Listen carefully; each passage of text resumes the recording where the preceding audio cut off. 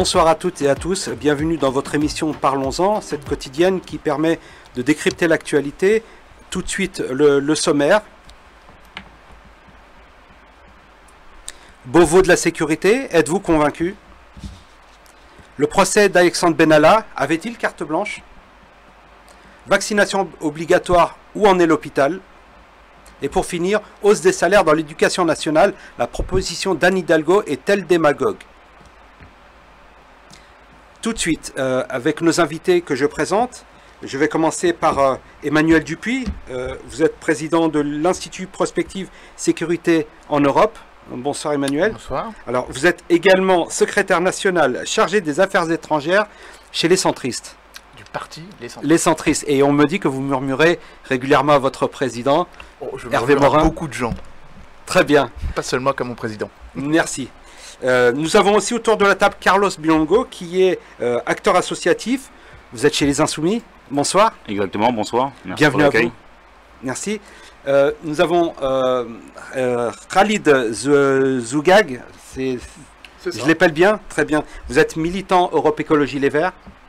Et aussi militant associatif sur l'Est du Val d'Oise. Bienvenue à vous. Nous attendons aussi Amina Bakar, qui a un petit retard, qui nous rejoindra, à qui nous demanderons évidemment son avis sur les sujets.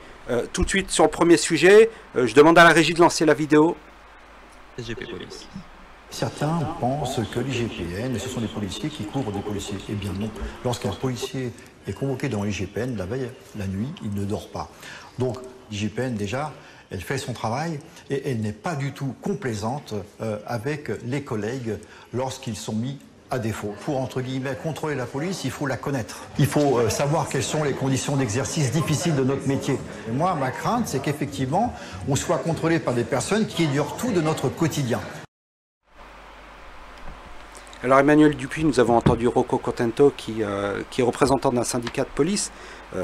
Concernant justement ce Beauvau de la sécurité, vous êtes convaincu de la mesure? Pas du tout, je ne suis pas du tout convaincu. Habituellement, il est plutôt de rigueur de faire un Beauvau ou un Grenelle, on en a eu plusieurs durant les précédentes mandatures, au début d'un mandat et pas à la fin. En fait, le Beauvau de la sécurité est un acteur, une action assez comminatoire du président de la République, qui est dans l'autosatisfaction en disant voilà le bilan de mon quinquennat. Parce que c'est pas une façon de préparer le quinquennat suivant. Non, c'est une façon de dire ce qu'il aurait dû être fait pendant les 4 ans et demi, qui évidemment sont celles que le président de la République n'a pas su mettre à profit pour mettre en place les nombreuses propositions. C'est en fait une sorte de catalogue à la Prévert.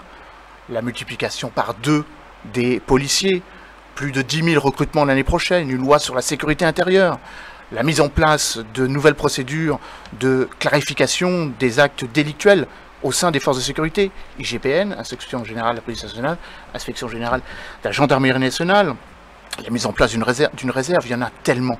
Mais en même temps, on a quand même l'impression, et c'est je crois la raison pour laquelle la droite et la gauche, les oppositions en général, disent que tout ce que le président annonce aurait dû être fait dès le début de son mandat, en 2017, et non pas alors qu'il s'engage, pardon, et il entame déjà une élection présidentielle à venir. Alors, peut-être que ce qu'il préconise devrait être discuté, débattu, pour que ce soit des objectifs à atteindre à l'horizon de la prochaine mandature. Il est vrai que l'augmentation du budget de la police, 1,5 milliard d'euros, tel que le Beauvau de la sécurité le précisait, Jean Castex avait été très précis, 900 millions, là le président en a rajouté 500 millions de plus. Donc on a quand même l'impression, et je termine par là, oui, bien sûr. Deslam, que c'est un peu des cadeaux que l'on fait aux corporations. Je suis assez dubitatif sur ce qu'a dit le syndicaliste policier quand il dit que les policiers ne peuvent être jugés que par des policiers. C'est quand même une exception occidentale, européenne. Nous sommes les seuls à avoir une inspection générale de la police nationale composée de policiers. Une organisation indépendante? Bah, évidemment. Oui. Ça me paraît tellement évident qu'il n'y a pas besoin d'approfondir la question. C'est une autorité indépendante, ce qu'on appelle une autorité, une AAI, une autorité administrative indépendante qu'il faudrait. Carlos Bilongo, vous êtes convaincu par la mesure? Pas du tout, pas du tout. Et on sent que le président Macron est clairement en campagne.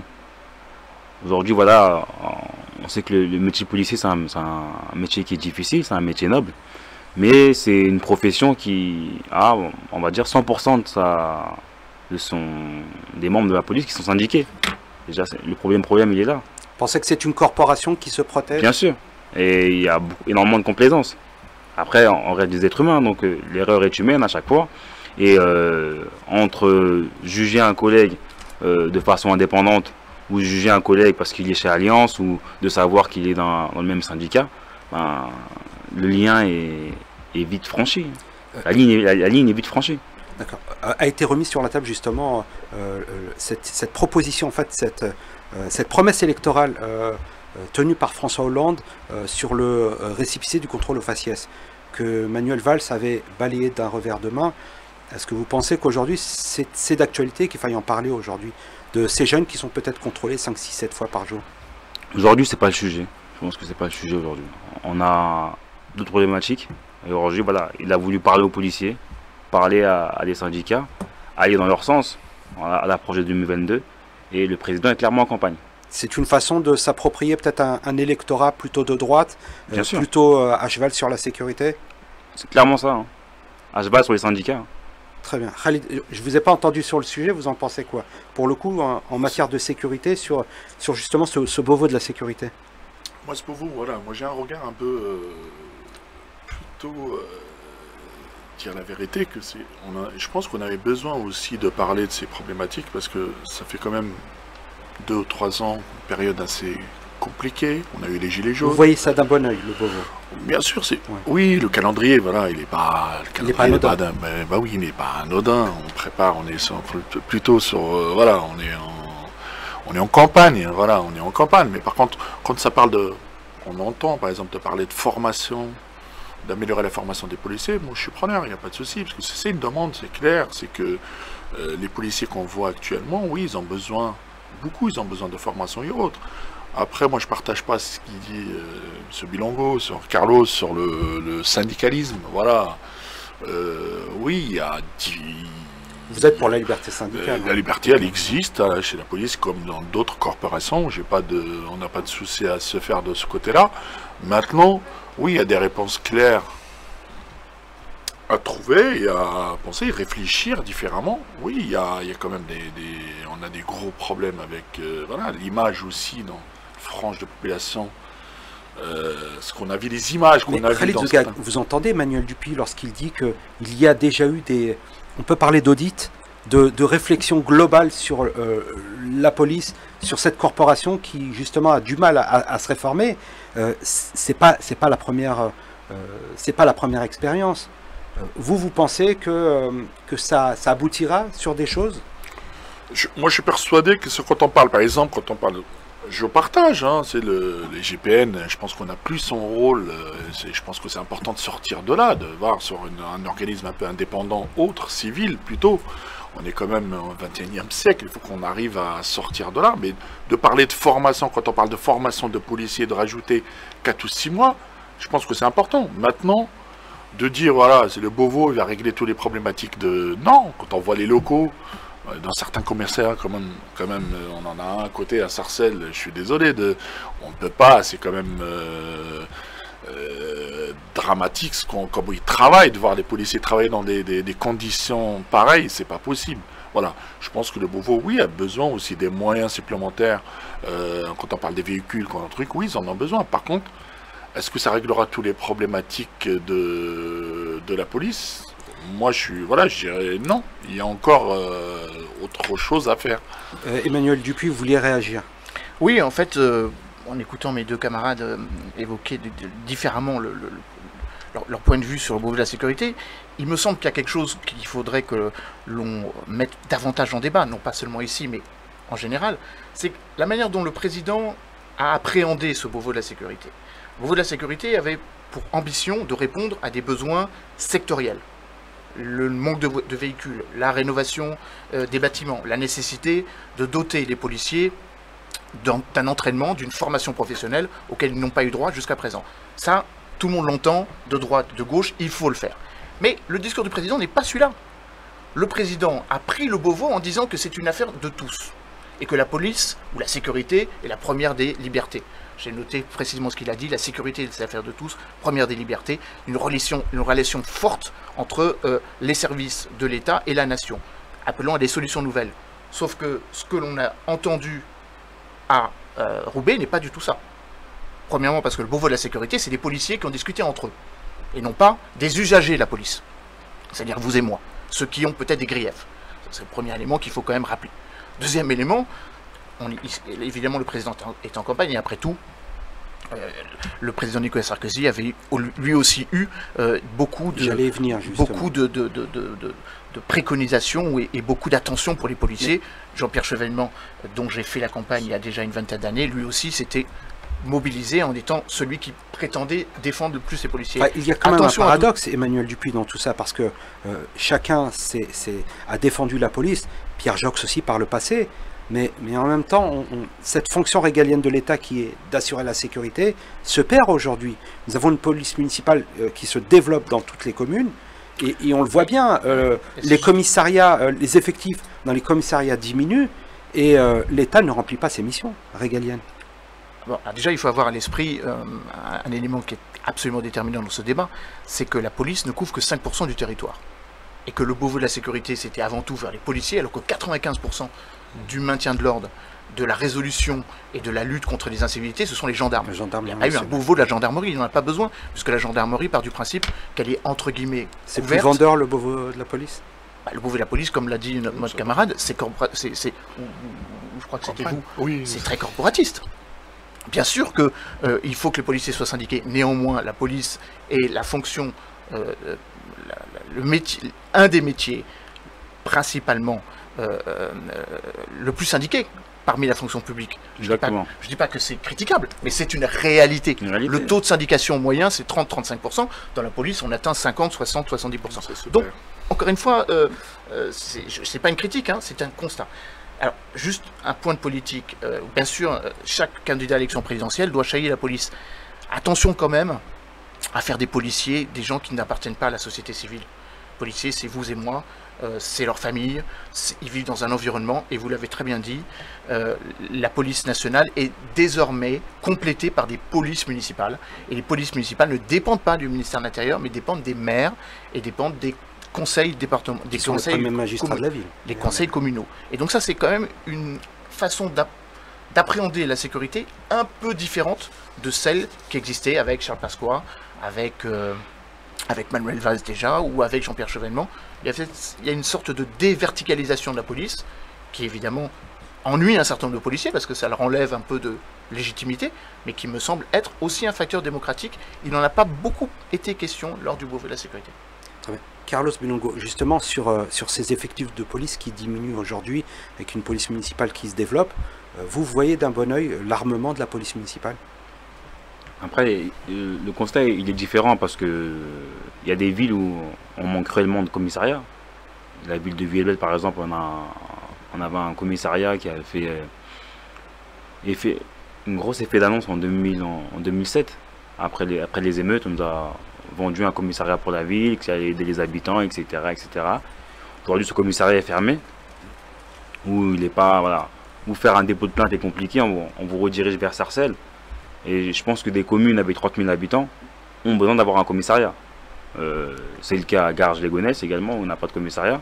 Et la police municipale aujourd'hui vient en remplacement de la police nationale.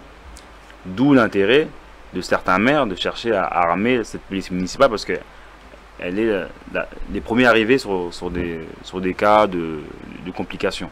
Mais il ne faut pas oublier la première mission d'un policier de l'office municipal, déjà, et qui doit veiller à la tranquillité. Voilà. Mais un policier municipal ne peut pas se substituer à un policier national. Oui, enfin, ils ont deux missions différentes. Et le but du policier municipal, c'est en fait d'alléger sur des missions de verbalisation, de contrôle et autres, pour permettre à la police nationale d'être sur des investigations. C'est ça, mais le côté pervers, c'est qu'aujourd'hui, c'est dans des villes où il n'y a plus de commissariat, où les habitants se sont abandonnés, donc même pour un dépôt de plainte, hein, pour un vol, pour une casse ou autre. Moi, je vois des personnes âgées qui ont 70 ans, 75 ans, sur ma commune qui veulent aller déposer plainte, qui ont besoin d'avoir la police nationale en face d'eux, mais on les redirige vers d'autres villes. Et l'accès est compliqué. Des commissariats vétustes, ou faire un dépôt de plainte même avec, au niveau des moyens numériques de la police, c'est obsolète. Ils utilisent des postes qui sont...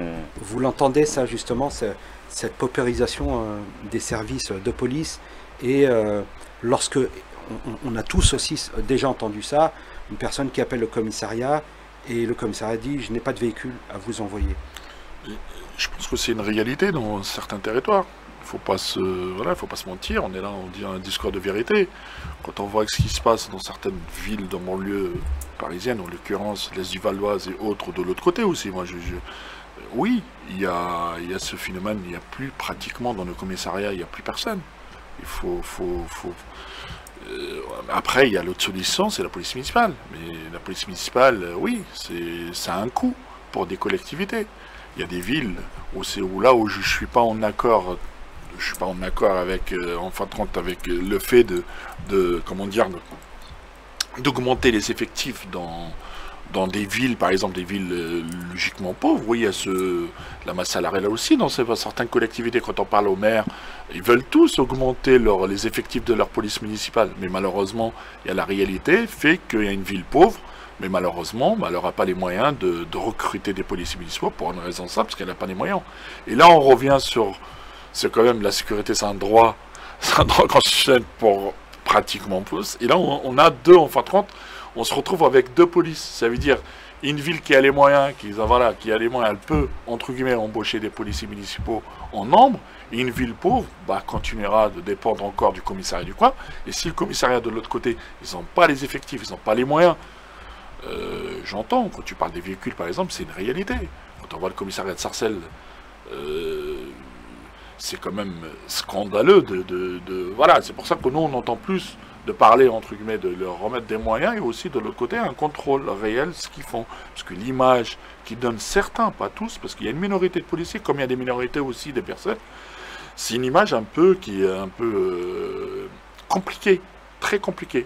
Fort heureusement qu'ils sont minoritaires, ça il faut les sanctionner. C'est des personnes qui ont certains, entre guillemets, qui ont une pratique qui est pas normale, tout simplement, pour une police républicaine et autres. Et de l'autre côté aussi, il faut aussi leur donner des moyens d'exercer leur métier correctement, et le respect aussi. De l'autre côté, il faut que les citoyens aussi puissent respecter sa police. Voilà. Alors, donnons-leur des moyens d'exercer, ça sera le mot de la conclusion sur le premier sujet. Tout de suite, le second sujet, procès d'Alexandre Benalla, le rôle nébuleux d'un homme au statut particulier, qui savait jouer entre les lignes. Avait-il carte blanche? Tout de suite, la vidéo. Regardez bien sa tête.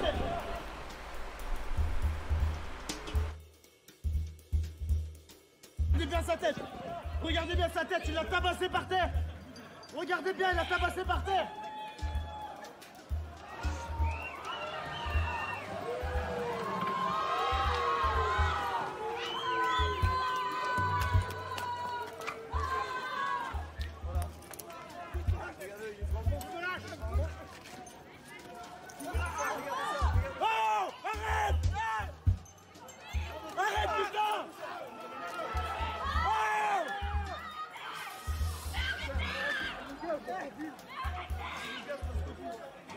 Regardez bien, il a tabassé par terre.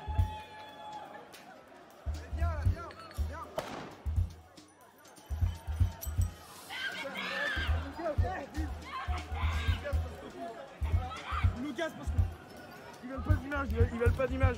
Regardez bien ce qui se passe.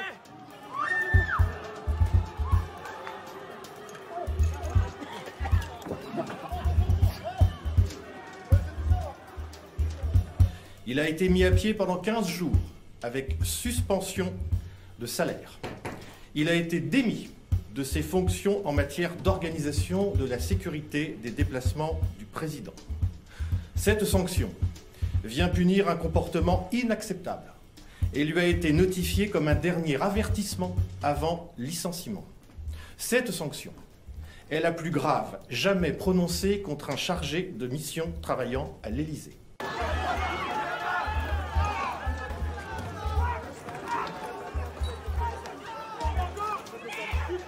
Regardez bien sa tête. Regardez bien sa tête, il l'a tabassé par terre. Regardez bien, il l'a tabassé par terre.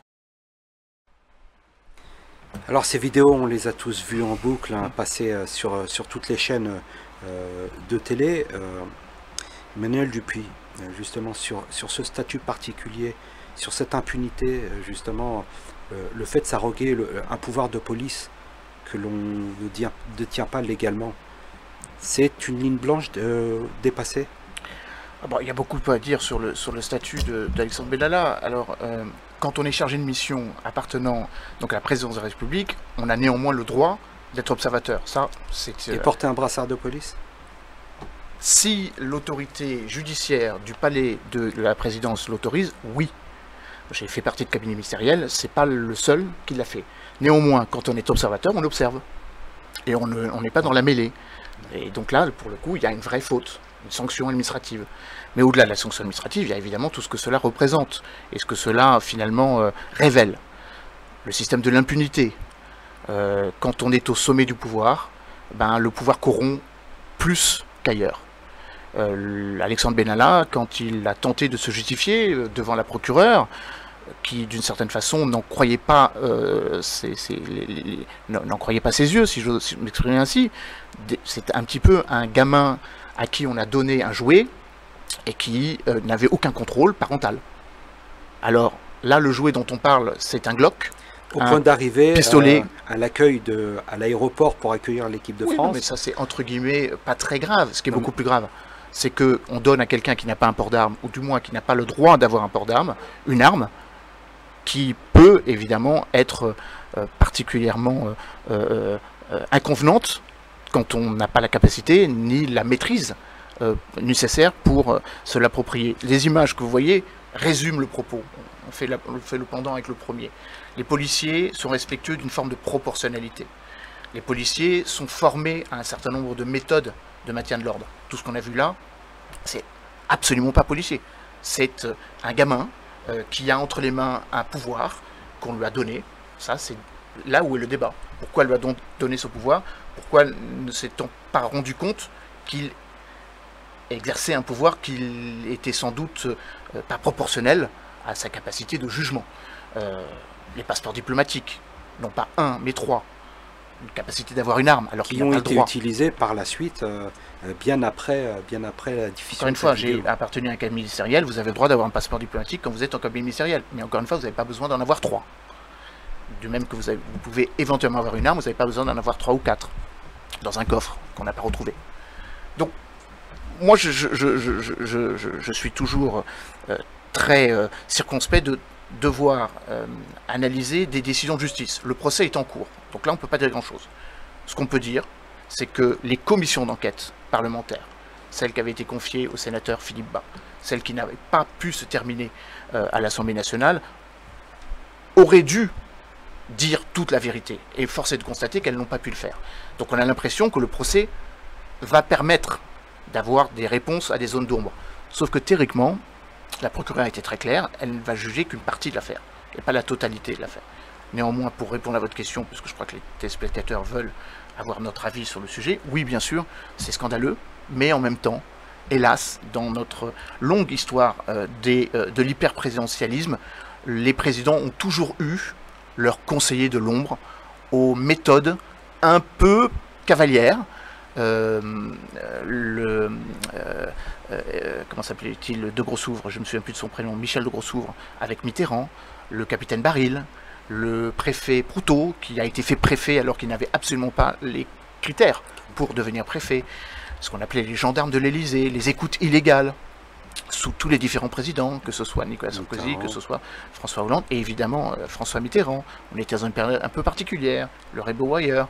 Donc, je ne jette pas la pierre à quiconque. Néanmoins, il se trouve que à l'occasion de la présidence de Emmanuel Macron, on a beaucoup focalisé sur l'exceptionnalité du cas Benalla, alors qu'il y a sans doute des choses qui sont tout aussi non acceptables ou critiquables, débattables par l'opinion publique, qui ont un petit peu été mis sous le boisseau, cachés par la sidération de l'opinion publique par rapport à l'affaire Benalla. Carlos Biolongo, justement, Alexandre Benalla avait été entendu au Sénat. On n'en avait pas tiré grand-chose parce que c'était sous le coup d'une instruction, donc il se retenait de dire les choses. Est-ce que vous pensez qu'on est loin de la République exemplaire? On est très loin. Déjà, moi, j'aimerais juste revenir sur le communiqué de l'Élysée. On nous évoque que c'est une sanction grave qui n'a jamais été mise en place par l'Élysée. Mais ce qui est grave, d'abord, c'est les actes qui ont été produits. Tout d'abord, c'est les actes. Au vu des images, on s'aperçoit que la police ne réagit même pas. C'est un personnage qui est au-devant de la police. Mais est-ce qu'elle est en capacité de réagir, justement devant bien sûr, évidemment. Il n'est qu'observateur. La police est formée pour ça. Et pour un observateur, c'est une autre façon d'observer. Vous pensez que la police a eu tort de le laisser faire? Non, la police doit avoir des consignes. Voilà. C'est un monsieur qui avait carte blanche, le fou du roi, qui agit et qui, voilà, aucun frein. Et quand on lit son CV, qu'on comprend le procédé et tout ce qu'il y a eu autour de ces actions-là, et des actions qui n'ont pas fait état au niveau de l'opinion publique, ça a dû être encore, on a dû encore être très loin. Et je me dis, même sans ces images-là, images amateurs, qui ont été récupérées, on n'aurait jamais eu vente de ça. Et des personnes se sont fait tabasser à même le sol. Sans ces images, on est où? Il n'y a rien. Ces personnes-là seraient encore baladées avec 3, 4, 5, 6 passeports diplomatiques, faire des transactions en Afrique, se balader avec des armes à feu, escorter l'équipe de France de football. Mais où est-ce qu'on est en fait? Vous voyez ensuite après pourquoi on a une défiance de la population par rapport à la politique? C'est à cause de ces actes-là. Ça commence là, la défiance. C'est-à-dire que ce que vous dénoncez, c'est cette carte blanche qui lui a été accordée par les politiques. Et pas les par l'Élysée. Par l'Élysée. Oui, par l'Élysée directement. Et même le communiqué qui est hors sol. Moi, vous imaginez les concitoyens qui payent leurs impôts et qui regardent la télé et qui se disent attendez, mais qu'est-ce qui se passe? Ou mettez-vous à la place de cette personne-là qui s'est fait tabasser, de son fils, ou de sa maman. Où est-ce qu'on est? Khalid Zouagag, justement, par rapport à tout ça, vous n'avez pas l'impression que la République reproduit toujours les mêmes schémas, les mêmes erreurs, et que finalement le renouvellement du paysage politique n'est pas pour aujourd'hui? Question difficile pour y répondre, mais simplement quand je pense que c'est une dérive un peu compliquée, une dérive plutôt, là on touche aux fonctionnaires, là, c'est pas le policier qui décide, voilà, Benalla, en fin de compte, il avait, entre guillemets, il faisait ce qu'il voulait. Moi, quand j'ai vu ces images-là, j'étais plus inquiet quand même pour la présidence, de la sécurité de notre président de la République, quand je vois ça. Une personne avec, voilà, un CV un peu anonyme, qui vient, qui fait, quand on le voit avec ces images-là, on fait ce qu'il veut. Et le plus, pour moi, le plus grave, c'est le fait d'être licencié, de continuer, entre guillemets, de s'octroyer des droits, ces passeports diplomatiques. Voilà, c'est ça qui me... Voilà, à la rigueur, c'est qu'en fin de compte, c'est comme si on avait... Mais Khalid Zouagag, justement, Emmanuel Dupuis disait que ça a toujours existé. Oui. Ça a toujours existé. Et d'ailleurs, sous toutes les couleurs politiques, que ce soit sous Mitterrand, où le pays était dirigé sur 2 septennats à gauche, mais aussi sous Nicolas Sarkozy. Je parlais justement du renouvellement du paysage politique, il n'est pas d'actualité, vous en conviendrez. Oui, non, mais je vois pas le lien, en fait, moi, honnêtement. Quand je vois l'affaire Benalla, c'est voilà, c'est une affaire peut-être isolée, un peu, j'espère, hein, parce que vous en dans mon truc, mais oui, il faut peut-être renouveler un peu le... Peut-être qu'on a besoin de cette 5e République voilà, un peu d'air. Un peu d'air, je pense que c'est important de revoir. Il y a des choses qui font... Voilà, c'est quand même très grave, c'est quand même une dérive digne d'autorité, avec de l'aide, je pense, l'enquête de DIRA, parce que Benalla, il n'est pas venu seul. Ce monsieur, je pense qu'il avait des appuis au sein de la présidence, et au sein aussi peut-être de la gendarmerie ou la police, ou même la garde républicaine, parce que quand même c'est une personne qui fréquentait quand même plutôt les hautes sphères de la sécurité. Voilà, une sphère un peu dans la sécurité. Mais voilà, mais moi je m'interroge un peu du fonctionnement, peut-être aussi, c'est pour ça peut-être revoir de sortir de cette logique un peu royale, si je peux m'exprimer, et de passer à autre chose, de voir ce qui se passe un peu dans d'autres pays européens. Peut-être ils sont pas plus terre à terre et d'une réalité un peu différente de la nôtre. Voilà. Très bien. Merci à vous. Je peux rebondir là-dessus? Oui, Emmanuel, je vous en prie. En fait, on tourne autour du vrai débat. Quel aurait été le bon débat alors? Comme vous l'avez dit, ça a toujours existé. Il y a quand même une différence absolument considérable. C'est que Emmanuel Macron est arrivé avec une offre politique qui visait à changer de A jusqu'à Z le fonctionnement de notre République. Une sociologie nouvelle de la représentation parlementaire. Des amateurs, hein, c'est pas moi qui le dis, lui-même a justifié en disant « Vous êtes légitime parce que vous êtes amateur. On ne vous demande pas d'être professionnel, on vous demande d'être à l'écoute. » Bon, la preuve en a été faite, me semble-t-il, que ce n'était pas le résultat. Là où il y a une vraie affaire Benalla, c'est que ce qui a été vrai au niveau politique a sans doute été dupliqué au niveau administratif. Et Benalla est arrivé, et donc il est l'exemple même de cette volonté de la République en marche de tout changer, avec une volonté de changer le système organisationnel de la sécurité de l'Élysée. Ça, c'est beaucoup plus grave. On ne s'invente pas officier de sécurité, on ne s'invente pas chargé de la protection des hautes personnalités. C'est là où il y a un vrai scandale. C'est qu'on avait voulu faire de Benalla, non pas le chargé de mission qu'il était, mais le chef de cabinet, avec une mission de réviser le dispositif sécuritaire du président. Pourquoi est-ce que l'affaire Benalla a éclaté? Car les policiers proches du président et les gendarmes s'y sont refusés. C'est comme ça qu'ils ont lâché en pâture Benalla. C'est là la vraie affaire. Ils l'ont poussé à la faute? Il n'a pas eu besoin d'être poussé à la faute, il s'est poussé à la faute lui-même. Ça a été médiatisé, ça a été rendu public en disant là, il y a une vraie dérive. C'est là le vrai scandale. Benalla, entre guillemets, il est, comment dire, c'est un homme. Il a la faiblesse de ses qualités. C'est quelqu'un qui a toujours été fasciné par la police, par le caractère régalien, la capacité d'exercer un pouvoir de donner la vie ou la mort. C'est quand même pas un pouvoir qui s'invente. Hein, ça se crée à travers une éducation. C'est la raison pour laquelle les policiers ont une longue formation. On ne s'invente pas policier juste parce qu'on est chargé de mission à l'Élysée. Encore une fois, je crois que c'est là le vrai débat de vouloir, avec une présidence, encore une fois, vous avez compris que je suis un opposant politique, mais je crois qu'on est tous un petit peu opposants politiques autour de cette table. Peut-être qu'aurait-il fallu quelqu'un qui défende la République en marche, mais ça ne m'appartient pas de le dire, en tout cas de le constater. Mais je crois que la vraie question, elle est là. Est-ce qu'il n'y avait pas cette dérive monarchique de dire « je suis président, donc si j'ai envie de changer, ce qui me semble... » Exactement. C'est ça le vrai scandale, qu'ils viennent me chercher. Tout est dit à travers cette phrase, qu'ils viennent me chercher. J'ai le droit de faire ce que je veux, parce que je suis président. Mes citoyens. Vous vous souvenez de cette phrase? Cette locution qu'il avait utilisée? Mes citoyens. Mes Français. Non, on est des citoyens.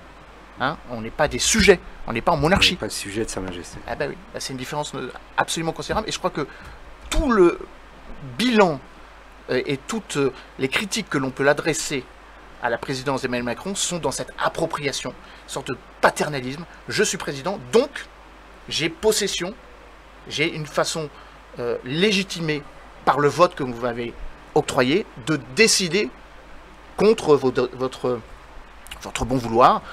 Et je crois que c'est ce qui explique aussi les Gilets jaunes. Je ne justifie pas le mouvement des Gilets jaunes, mais il faut le comprendre. Ce mouvement des Gilets jaunes, c'est une rupture démocratique. Un certain nombre de citoyens estiment que le simple respect de leur doléance n'est pas écouté. Mais cette rupture, elle n'est pas beaucoup plus ancienne, justement. Est-ce qu'elle ne date que d'Emmanuel Macron? Non, ou alors... mais Emmanuel Macron, il répond différemment que ses prédécesseurs. C'est là où il y a une rupture. Très bien. Je vous remercie pour ces précisions. Nous allons passer au sujet suivant, sur la vaccination obligatoire. Où en est l'hôpital? Va-t-on vers une pénurie du personnel? Tout de suite la vidéo. Centre hospitalier Camille Claudel, 19% du personnel n'aurait pas fait de déclaration de vaccination selon la CGT. Certains considèrent que ce vaccin est toujours expérimental. L'obligation vaccinale a donc braqué une partie du personnel. Eh bien demain, j'attends d'être suspendu. parce que je ne céderai pas au chantage.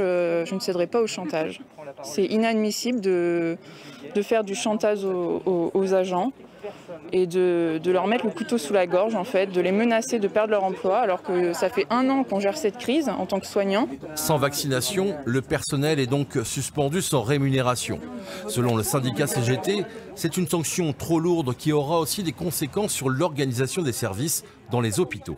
Et c'est la goutte d'eau qui fait déborder le vase. Ça sera minoritaire, parce qu'il y en a qui vont céder par rapport à ce pass sanitaire, il y en a qui ne l'ont pas fourni encore. Le chiffre, on arrive quand même à des taux, on entend dans différentes structures à des taux de plus de 97% de vaccinés, mais il y a toujours un reste de soignants. Et je pense que là, ça va désorganiser l'hôpital public, qui est déjà bien impacté au niveau des effectifs et des fermetures de lits. Ça, la question reste entière.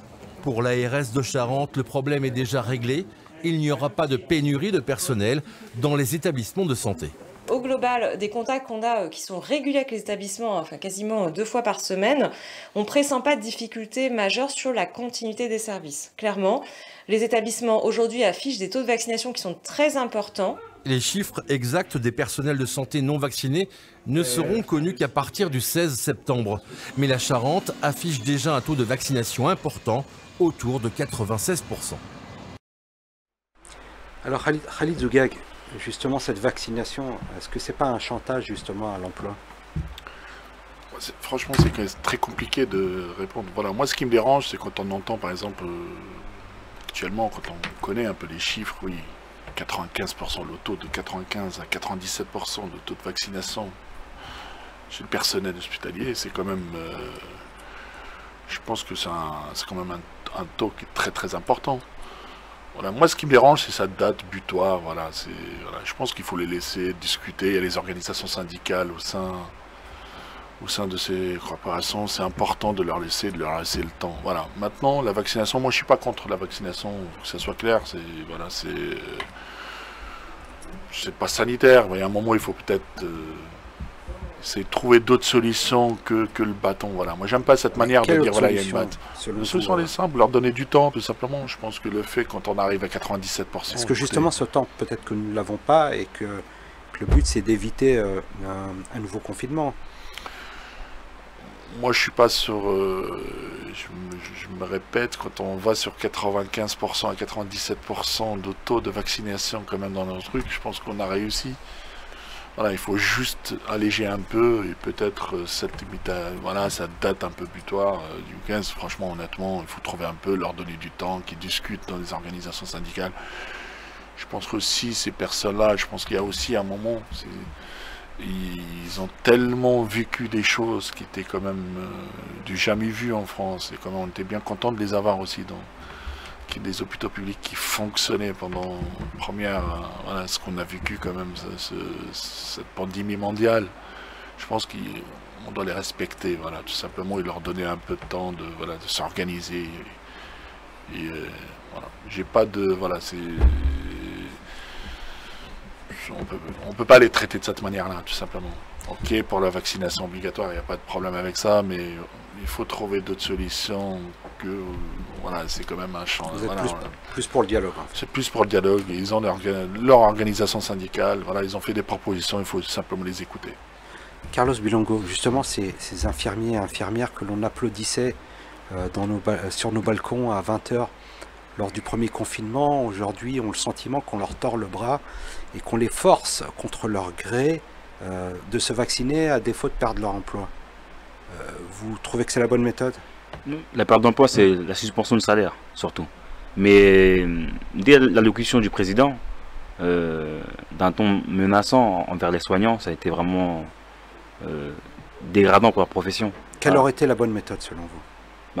Le pass sanitaire, il aurait fallu dialoguer avec ce personnel-là. Le personnel soignant, c'est des personnes qui ont étudié, qui ont travaillé la chose. Aujourd'hui, s'il y a des réfractaires, il faut comprendre le pourquoi du comment, il faut échanger avec eux. Aujourd'hui, tous ces échos, toutes ces discussions, tout ce conflit autour du personnel hospitalier vis-à-vis de l'État et du pass sanitaire, ça fait écho sur la population, et les populations aussi sont défiantes vis-à-vis du vaccin et du pass sanitaire. Il faut discuter avec les gens. Il y a eu des recommandations de l'OMS par rapport au pass sanitaire et à la vaccination. Il faut comprendre, il faut écouter les gens. Aujourd'hui, elles ont été sommées à une date précise. Aujourd'hui, on a 1500 suspensions juste pour la PHP de Paris. Donc c'est beaucoup de personnel. Aujourd'hui, on en manque de lits dans certains hôpitaux. On a énormément de problèmes et de soucis. Et il y avait d'autres manières d'agir, je pense. Et aujourd'hui, voilà, on met encore en conflit des populations entre elles. Et je pense que c'est très compliqué. Et oui, comme vous l'avez évoqué, on les a applaudis. Et aujourd'hui, ils sont décriés. Et voilà. Emmanuel Dupuis, justement, vous trouveriez normal de vous faire vacciner par une personne qui ne l'est pas et qui ne souhaite pas l'être? Je suis vacciné, mais je veux rebondir par rapport à ce qu'a dit mes deux camarades, en appuyant effectivement sur une réalité. On ne peut pas d'un côté changer le narratif, comme diraient les anglo-saxons, en disant tant qu'on n'a pas atteint l'immunité collective, il faut être dur et sévère. On est à 81,7%, plus de 50 millions de vaccinés. L'immunité collective, on l'a. Alors si, dès qu'on atteint un palier, on change en disant non, ça suffit pas, c'est qu'il y a quelque chose qui ne va pas. Je ne suis pas complotiste en disant ça. Qu'est-ce qui ne va pas là, selon vous? Déjà, on n'a pas dit la vérité aux Français. Déjà, on n'a pas dit la vérité aux Français que nous sommes tous vaccinés, mais que ce vaccin est en phase expérimentale. Pas moi qui le dis, hein, ce sont les laboratoires eux-mêmes qui le disent. C'est pas pour ça qu'il ne faut pas se faire vacciner. Mais nous sommes vaccinés avec un vaccin qui est en phase expérimentale jusqu'en 2022 pour Pfizer, jusqu'en 2023 pour, 2022 pour Moderna, 2023 pour Pfizer. Ça, c'est une réalité qui est incontestable. Encore une fois, je ne dis pas qu'il n'est pas valable. Je dis juste qu'on est face à l'urgence, face à la pandémie, il fallait trouver une solution. Donc, vacciner alors que le processus et le protocole pharmacologique n'est pas encore acté. C'est une nouveauté. Habituellement, on fait d'abord l'expérimentation et ensuite on vaccine. Là, l'urgence a fait que. Donc, il fallait le dire aux Français et non pas donner l'impression que ce n'était pas une donnée scientifique. Oui, c'est une donnée scientifique. Le vaccin est toujours en phase expérimentale. Deuxième élément, effectivement, donner le libre choix. Moi, je suis un libéral, au sens littéral du terme. Moi, je me suis fait vacciner, parce que j'estime que c'est mon droit d'estimer que j'ai besoin de me protéger, j'ai besoin de protéger les gens qui sont autour de moi et ma famille. Mais je peux parfaitement comprendre que les préoccupations d'autres ne sont pas les mêmes. C'est ce qui fait société. On ne peut pas tous penser la même chose, on ne peut pas tous être... Il ne crée pas le danger, selon vous? Je n'ai pas dit qu'il n'y a pas de danger. Non, c'est une question. Il faut qu'on me dise il faut qu'on nous dise quel est le danger. Puisque, à force de nous dire que le vaccin ne prémunit pas contre la pandémie, puisque force est de constater que des gens vaccinés attrapent quand même la Covid ou le virus. Donc, à un moment ou à un autre, encore une fois, je pense qu'on a beaucoup trituré la vérité pour ne pas avoir à, évidemment, assumer des choix politiques. Et sur la pénurie du personnel. Je termine. Ce que nous avons fait est radicalement différent que d'autres pays. Il n'y a plus de pass sanitaire en Grande-Bretagne. Il n'y a plus de pass sanitaire, il n'y a plus de masques au Danemark. La Russie avait tenté un pass sanitaire et elle s'est rendue compte que ce n'était pas efficace. Donc pendant l'été, Vladimir Poutine a dit on n'en veut pas. Donc on ne vient pas nous dire que le pass sanitaire fonctionne en France alors que dans d'autres pays il n'a pas fonctionné. À un moment ou à un autre, il faut qu'on soit sûr qu'il fonctionne. Dernier point, et après je termine. Moi je suis assez sensible à cette idée de rappeler quand même une vérité. On a cherché des boucs émissaires à tous les moments de la pandémie. Ça a d'abord été les personnes âgées. Ensuite, ça a été les jeunes. Maintenant, c'est le personnel soignant. Mais quelle indignité! Alors même que ce sont nos héros qui nous ont permis de sauver quand même des vies. Hein. Et donc, je crois qu'il faut savoir raison garder et rappeler quand même quelques vérités. 1500 assistance publique de Paris, 3000 sur le territoire. On est très loin des chiffres. C'est beaucoup plus grave que ça. Il y a beaucoup plus de mises à pied, beaucoup plus de retenues de salaire que ça. Donc c'est de la désespérance humaine artificiellement créée, alors que franchement, si on veut faire bloc et si on veut faire cohésion, eh ben on ne clive pas les Français entre eux.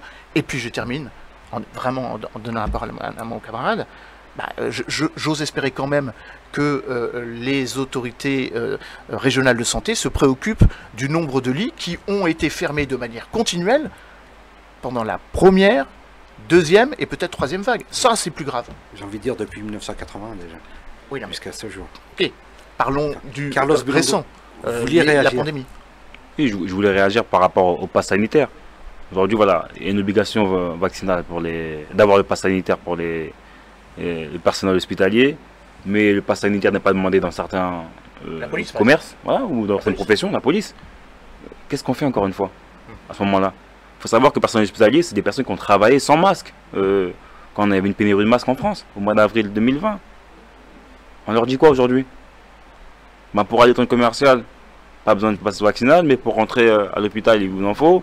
Je connais une personne qui voulait faire une radio, elle n'a pas pu faire sa radio par absence de passe sanitaire. Qu'est-ce qu'on fait?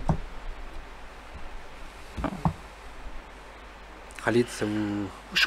Je le redis, voilà. Moi, ce qui me pose problème, c'est le pass sanitaire, tout simplement. On ne peut pas obliger des personnes, voilà.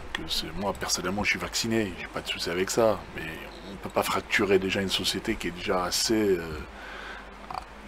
malade, hein. Faut le dire, parce qu'on a ce qu'on a vécu. Il faut pas oublier les gilets jaunes, tous ces mouvements un peu compliqués.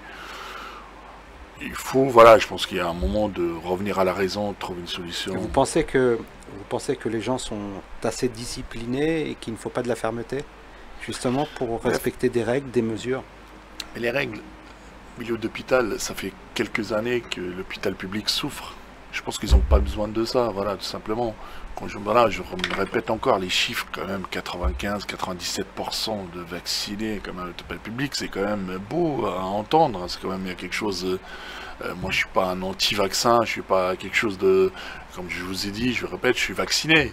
J'ai pas de souci avec ça, c'est juste simplement lâcher un peu, de prendre un peu de temps, discuter, et de comprendre pourquoi il y a des réticents au sein du... Voilà. Mais quand on a des chiffres, voilà, on a des personnes, voilà, c'est pas la majorité, tout simplement. Il faut trouver, essayer de les respecter, ce personnel qui quand même nous a sauvés, entre guillemets, hein, qui nous a sauvés quand même. Voilà, cette société, voilà, c'est tout simplement de leur donner un peu des moyens, du temps, pour comprendre et de sortir de cette impasse un peu qui fait... Voilà, c'est quand même triste de voir ça. On sent quand même... on parle de l'hôpital public, on parle pas de... C'est quand même quelque chose d'important en période de pandémie, quand même. 3e vague, 4e vague, et d'autres qui parlent aussi de 5e vague. Il y a quand même, il faut peut-être respecter aussi ces personnes-là. Emmanuel Dupuis, pour finir. Oui, moi je suis d'accord avec tout ce qui a été dit. On peut, encore une fois, il faut appeler les contradictions et rappeler les contradictions telles qu'elles sont. Évidemment qu'on est rentré dans une logique où le virus va muter et on aura toujours des nouvelles vagues. Donc, qu'est-ce qu'on va inventer dans 15-20 ans, puisque le SRAS, hein, c'était la première vague. Donc on est à la vague 19, bon, enfin, maintenant 21. Donc je crois qu'il faut faire très attention avec cette idée que la fin du virus adviendra quand il n'y aura plus aucun mort. Ça, c'est pas possible, malheureusement. Hein, la vie est une maladie mortelle. À un moment ou à un autre, il y a des morts. Il y a des comorbidités, il y a des problèmes de santé. Donc je crois qu'il faut qu'on rappelle que on est dans des sociétés dans lesquelles le risque existe. Et que le principe du zéro mort n'existe pas. Ça, c'est une vue de l'esprit. Encore une fois, c'est la politique hors sol. Puis le dernier mot qui, moi, me préoccupe beaucoup, et je crois que ça a été rappelé pendant ce débat, le caractère psychologique des choses. Il y a les dimensions sanitaires, mais il y a aussi le vivre ensemble. Si on crée des Français qui n'ont plus envie de vivre ensemble, eh ben, notre République, elle est en grave danger. On ne peut pas créer comme ça une répartition en disant vous êtes un bon Français parce que vous venez du bon côté du périphérique, vous êtes un mauvais Français parce que vous n'êtes pas vacciné. Non. À un moment ou à un autre, les Français, les citoyens en général, ils ont ce qu'ils appellent le libre arbitre, le libre choix. Si on leur enlève ça, ben, il n'y a plus de caractère où on atrophie un peu notre capacité. Donc moi, je suis très très vigilant sur la dimension psychologique des choses. Et je suis assez d'accord avec Khalid. Il faut non pas focaliser sur les 2 ou 3% qui ne sont pas vaccinés, mais se satisfaire qu'il y en a 97 qui sont vaccinés. C'est exceptionnel. C'est ça qu'il faudrait mettre en avant. Et puis dernier point, quelle contradiction absolue. Le président, il y a quelques heures, a laissé entendre qu'il va alléger le protocole sanitaire pour ceux qui sont vaccinés, et il laisse à son ministre de tutelle le soin de dire « Oui, mais vous, personnel soignant, on va vous sanctionner. » Ah ben ça, si c'est pas une société à 2 vitesses, franchement, qu'est-ce que c'est? Très bien. Je profite de la transition, vous parliez du périphérique, on va passer de l'autre côté du périphérique. Pour le sujet suivant, la proposition d'Anne Hidalgo de doubler les salaires dans l'éducation nationale, qui coûterait 150 milliards d'euros, comme l'affirme Jean-Michel Blanquer. Est-ce une proposition démagogique de sa part? Tout de suite la vidéo. Dans un livre à paraître cette semaine, elle croit possible, sur la durée du quinquennat, de multiplier par 2 au moins le traitement de toutes les personnes au contact avec les élèves. Alors faut-il doubler le salaire des enseignants? C'est ce qui fait débat. Aujourd'hui, les profs sont-ils mal payés? Un jeune titulaire perçoit 2061 € bruts par mois. Comparé à nos voisins européens, c'est clairement peu. Sur l'année et avec les primes, un prof allemand gagne 2 fois plus pour un temps de travail similaire. Les Espagnols perçoivent quasiment 1,5 fois plus et l'écart se creuse au fil de la carrière. Un enseignant français, par rapport à la moyenne des pays de l'OCDE, en début de carrière gagne 7% de moins que cette moyenne. Après 10 ou 15 ans d'ancienneté, l'écart monte à 20%.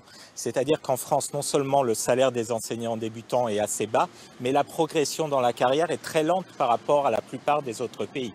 Quel serait le coût d'une telle mesure? Exorbitant selon ses détracteurs, et chacun son chiffre plus ou moins étayé. 150 milliards d'euros sur 5 ans selon le ministre de l'Éducation, 40 milliards par an pour l'écologiste Yannick Jadot, 60 pour Jean-Luc Mélenchon. Dans l'équipe d'Anne Hidalgo, le travail de chiffrage ne fait que commencer, mais ce serait la priorité budgétaire de son quinquennat. Alors, Khalid Zogag, justement, utopie ou nécessité? Ou peut-être les deux? Ouais, peut-être les deux, tout simplement, parce que franchement, moi, ce qui me frappe, même les organisations syndicales, c'est un truc, ne demandent pas le doublement de leur salaire, tout simplement, l'augmentation de leur salaire. Je constate simplement, c'est que là où je lui donne un peu raison, c'est un sujet, c'est important. Je pense que c'est important de parler des enseignants parce que... Mais la déclaration, elle est démagogique. La déclaration, c'est de la com, on est vraiment dans la com, là, on est vraiment sur un début de campagne. Je pense que, voilà, je partage rien avec Madame Hidalgo, mais là, je pense qu'elle a, c'est quand même des moyens. Là, on est vraiment de la com, quoi. On parle de la com. Oui, mais je pense qu'il faut travailler, c'est quand même, il y a un sujet, comme je l'expliquais, les enseignants ont besoin qu'on puisse leur répondre et aussi de les aider, parce qu'ils s'en servent beaucoup. Mais on le voit bien dans les courbes, le retard justement en matière de salaire des enseignants français. Il est flagrant. Bah, c'est une réalité, mais c'est vrai aussi quand on parle de doubler comme ça, du jour au lendemain, de doubler le salaire d'un enseignant, à un moment il faut garder un peu de... On pourrait doubler d'autres salaires dans d'autres secteurs? Oui, il y a d'autres secteurs qui sont peut-être... Moi je suis plus... on parlait tout à l'heure l'hôpital public. Moi je suis plus amené à dire voilà, que peut-être ils méritent un peu plus. Mais là, de parler des enseignants, de doubler leur salaire, je pense, voilà, je reviens encore. Même leur propre organisation syndicale ne demande pas ça. Voilà, tout simplement. Il faut les augmenter, ça c'est sûr. Il faut revenir un peu à la raison de voir ce qui se passe en Europe.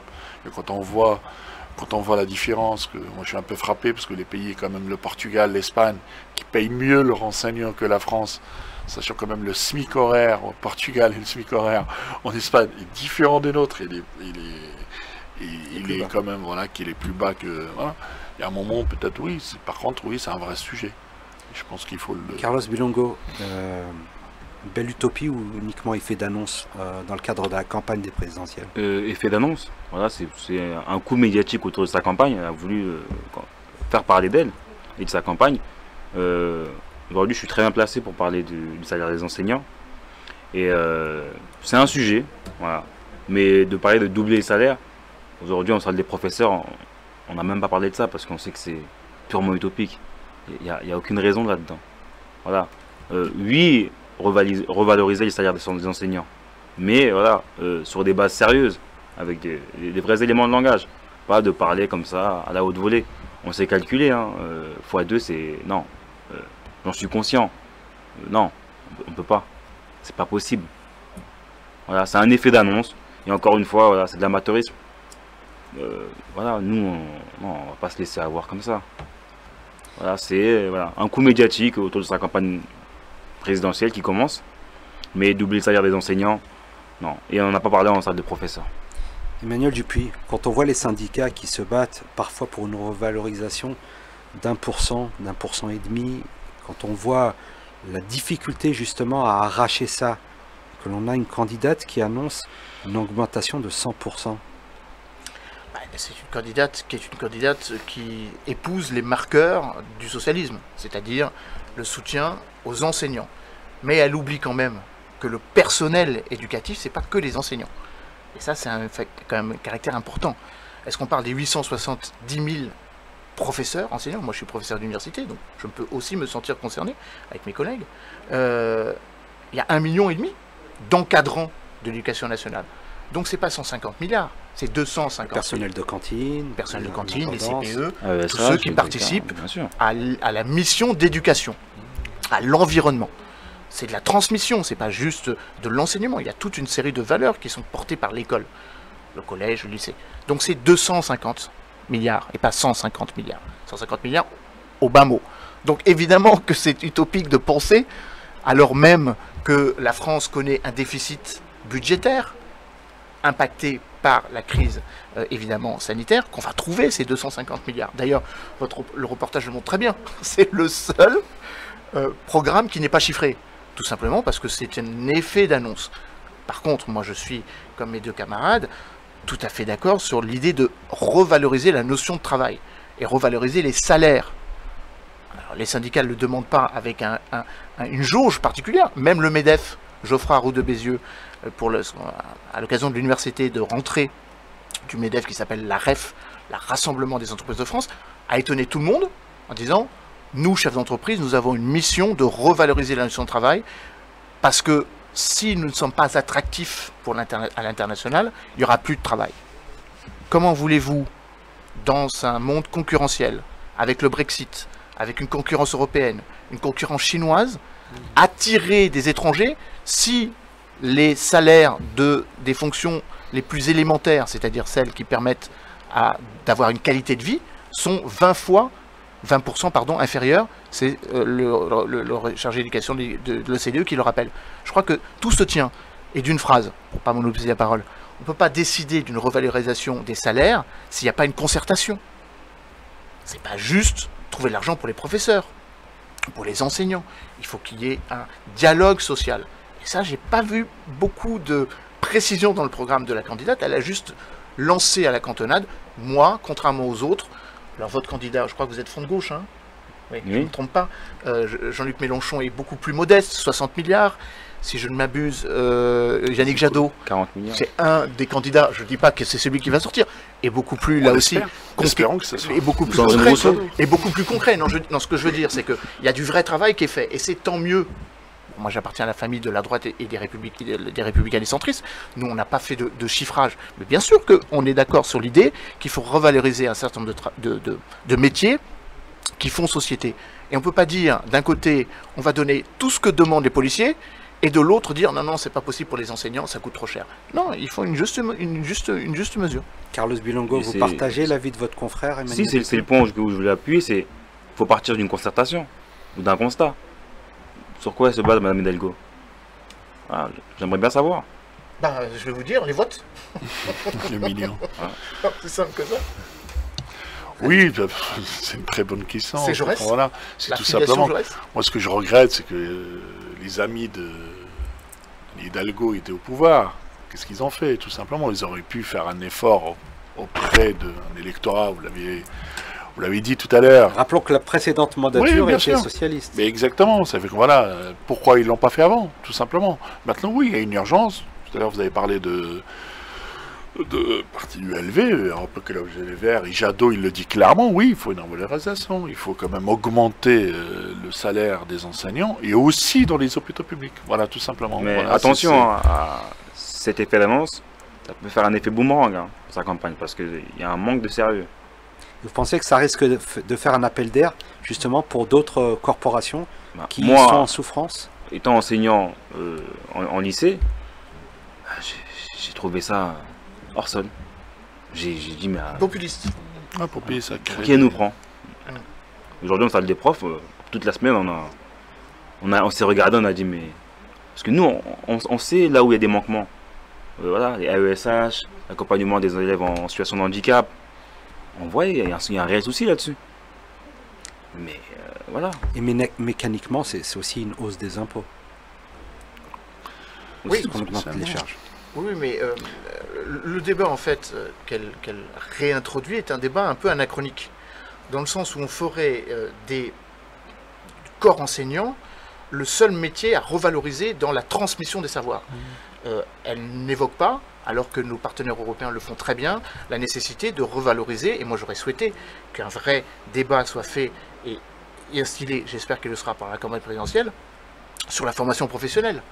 Parce qu'il y a l'enseignement au début de sa vie, pour rentrer en société, et puis il y a l'enseignement tout au long de la vie. Formation continue, bien sûr. Ça fait un changement sociétal. Et quelqu'un qui vient d'une famille politique dont l'ambition historique est de transformer la société, de la rendre plus progressiste, je suis très étonné que ce débat-là ne soit pas là. Ça, c'est un débat qui est très moderne et qui, accessoirement, que tous les pays européens ont. On revalorise, non pas le diplôme, on ne le dévalorise pas, mais on met en avant le fait que, tout au long de sa vie, on va apprendre. Là, en France, on est très très loin de cette réflexion-là. Emmanuel Dupuis, merci. L'émission touche à sa fin. Carlos Bilongo, merci à vous. Khalid Lougag, merci pour votre présence. Merci de m'avoir invité. Il ne me reste plus qu'à vous souhaiter un bon week-end et je vous attends pour la semaine prochaine. Au revoir.